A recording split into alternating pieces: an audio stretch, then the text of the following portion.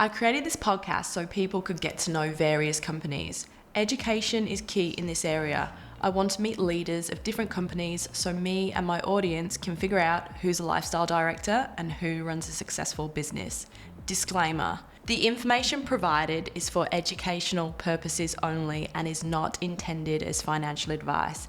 It is important to do your own research and consult with a qualified financial professional before making any investment decisions. Welcome to Oz Stock Chat. The purpose of this podcast is to equip people with the tools to navigate the complex world of stocks and real estate through education. Always education, never financial advice. So with me today is Chris Noone, the CEO of Carly, Australia's most flexible car service. So welcome, Chris. Thanks for coming on. Thanks, Christy. Great to be here. You too. So tell me, what do you guys do? What is Carly? So Carly is a car subscription service. We provide vehicles for people who would normally buy or finance a vehicle, but they probably need it for a shorter period of time. So our product is longer than a rental and shorter than a lease or purchase.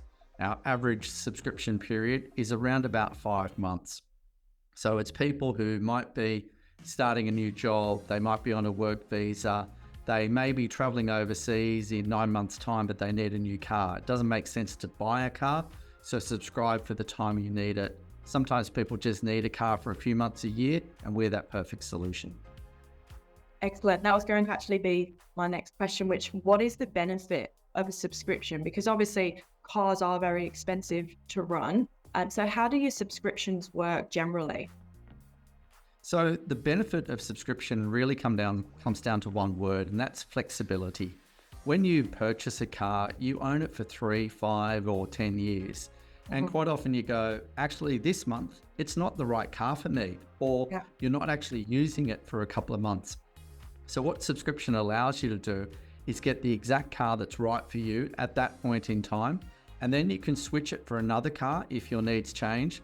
And if you don't need a car at all, let's say you're traveling overseas for a couple of months, you hand the car back and you've got zero cost. So a lot of people own cars and they think that's a great economically wise decision. But if you're not using it, or you're not using it in the way that it was intended, you're paying for depreciation, you're paying for insurance, you might be paying to park it as well. So with subscription, you can remove all of those costs and only pay for the car when you really need it. Nice. So I'm imagining you've got a lot of FIFO workers who might potentially be, going off on site and not necessarily needing a car for full time. So yeah, that sounds awesome. I've got to ask you the question as a massive EV electric vehicle advocate. So what percentage of your vehicles are electric? About 10% of our fleet is electric at the moment. We've just announced some new funding and new orders for vehicles. So that will be increasing to around 15% very soon. Nice. And what's the feedback on electric vehicles? What are your clients, customers saying about driving an electric vehicle? There's lots of different views on electric vehicles, and the main reason that customers are choosing electric vehicle for us at this stage is that they either need it for the shorter period of time, or they're looking to make a longer term purchase of an electric vehicle. They just want to try it and see what it's like. It's moving to a new technology, not just buying a new brand or a new model. So a lot of people want to understand how charging works, whether they've got any concerns around range, whether they like the driving style of an electric vehicle. So by subscribing, people can provide answers to all those questions that they have. Then if they do decide to purchase a vehicle in the future, they're making a really well-informed decision that's based on their own personal circumstances, not what someone might be saying in the media or what some of the negative or positive people might be saying in the general community. Yeah, that leads me on to a really good question actually, because obviously the media narrative, I don't know if you've seen, been very anti-EV at the moment, and the media have kind of orchestrated this story recently about Hertz. They were plastered all over the media for selling their electric vehicle fleet. What do you think of that? Hertz are certainly hurting at the moment. This was a story from the US, and they purchased 60,000 Teslas, and they've announced that they're selling 20,000 of them. What they've found is that the maintenance costs are higher than they thought. The demand for the vehicles was lower than they thought. But if you think about it, a rental proposition for an electric vehicle doesn't make much sense. If you're on a 3-day business trip and you've got meetings all day, you don't want to be spending time learning about a new technology, figuring out where the charge points are. This is why we think subscription's a better opportunity, because you've got the car for a longer period of time. Yeah. So Hertz probably went in too early and too fast. And also they got hurt by the price reductions that were introduced by Tesla. So they bought the vehicles at a fairly high price. And after they bought them, the prices reduced for new cars. So now they've found that the value of their fleet has diminished. And they really were forced to sell those vehicles because they were looking at big losses on them. We've decided to only just now start purchasing electric vehicles. So we were waiting for some of these early issues to flush through the system. Now that they have, and we're seeing really good value electric vehicles on the market. So now is the right time for us to go in there and build up our fleet, learning from some of the mistakes that some of those earlier companies did, who really were chasing a press release at a bit of cheap publicity, but it's really come back to bite them. Yeah, no, very, very true. And that leads me on to unpacking a bit more of your recent announcement about the fact that you've ordered, 78 vehicles, with the majority being electric, but also you've ordered large internal combustion engine ICE cars. So can we unpack that a bit as to why you still continue to order those? It said about in your announcement that it was corporate and government clients, because I've read that government are looking to potentially transition into EVs. So I was just interested to hear more about that. I think the key word there is transition. So a lot of large fleets are looking to transition to electric vehicles, but once again, they need to go through the learning. So we're working with big businesses and government departments to help them trial those vehicles so that they can make those well-informed decisions in the future. In the meantime, they still have hundreds and thousands of employees on the road who need vehicles.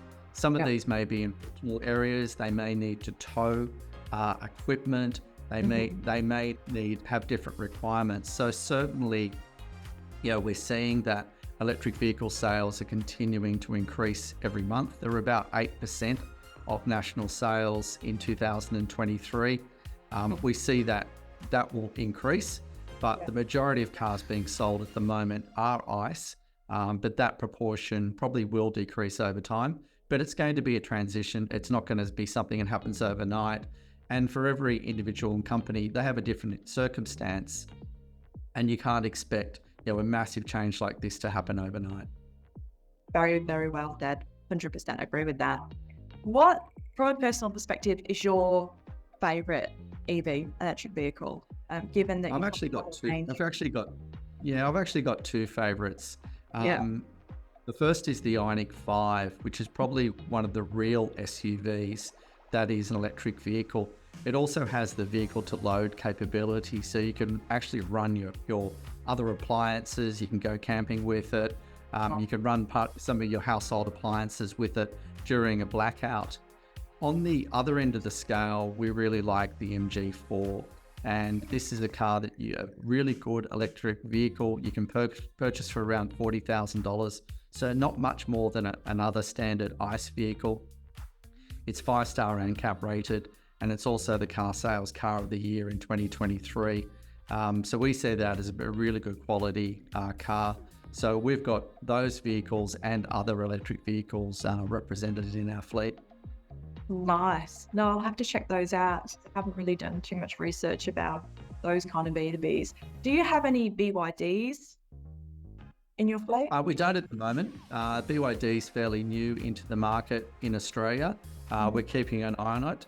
The reason that we like the MG4 and the Hyundai, they're much more established brands in Australia. They have established dealer network, repair and service, and good spare parts supply as well. So we're keeping an eye on these other new entrants to see how they develop their networks, and we'll consider them at the appropriate time. Awesome. Thank you so much. And finally, so like I've said, the media continue to criticize what I love to call the electric vehicle revolution. So worldwide, do you see electric vehicle growth continuing on a big scale in 2024, or do you see it wavering a bit? There will always be a bit of a gap between the early adopter and the early majority phase, and that's where we probably are at the moment, where you'll be having some negative stories and they might be drowning out the positive stories. But what we see is that with the increasing price of fuel, with also the drive towards a more sustainable future, we think that the transition to electric vehicles will continue and will continue pace. There will be some ups and downs along the journey. There will be some missteps that are made by some manufacturers and also fleet owners. That's natural. It always happened in the automotive industry. So, but I do believe that the growth will continue. Whether we'll reach 100% EV in the future, I'm not really sure, but certainly it will be a very large part of the automotive ecosystem going forward. Beautiful. Well, thank you so much for your time today. I've enjoyed every moment. Thank you so much. Thanks very much. Great to be here. Thank you for listening. Remember to follow That Stock Chick on X @OzStockChick. Can't wait for the next episode. Don't forget to follow me wherever you get your podcast.